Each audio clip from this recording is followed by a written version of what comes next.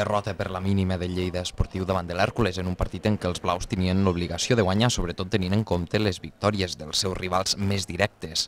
Durant els primers minuts va ser l'Hèrcules el que dominava millor el partit, amb una pressió alta a la defensa del Lleida per evitar la sortida de la pilota. Els blaus controlaven el mig del camp, però sense crear perill a l'àrea rival.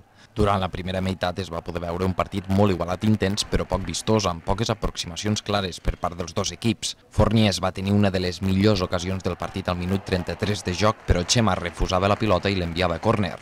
Abans del descans, l'àrbitre anul·lava un gol de l'Hèrcules per un possible fora de joc.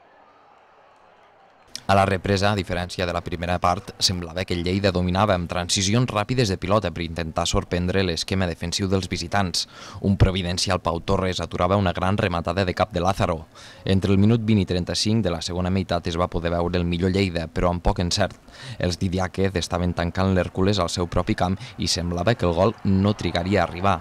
Molo primer i Miramón poc després ho van intentar, però al minut 39 una errada del mateix Molo feia que l'Hèrcules s'avancés i establís el 0-1 definitiu. Teniendo en cuenta el rival, teniendo en cuenta el tipo de partido que era, con los dos equipos con cierta presión, en un partido igualado hemos sido capaces de manejar bien el estado emocional del equipo. El equipo ha habido un rato en la segunda parte que no ha tenido el balón, que dominaba el Hèrcules y no nos hemos puesto nerviosos, creo que el equipo está en su sitio.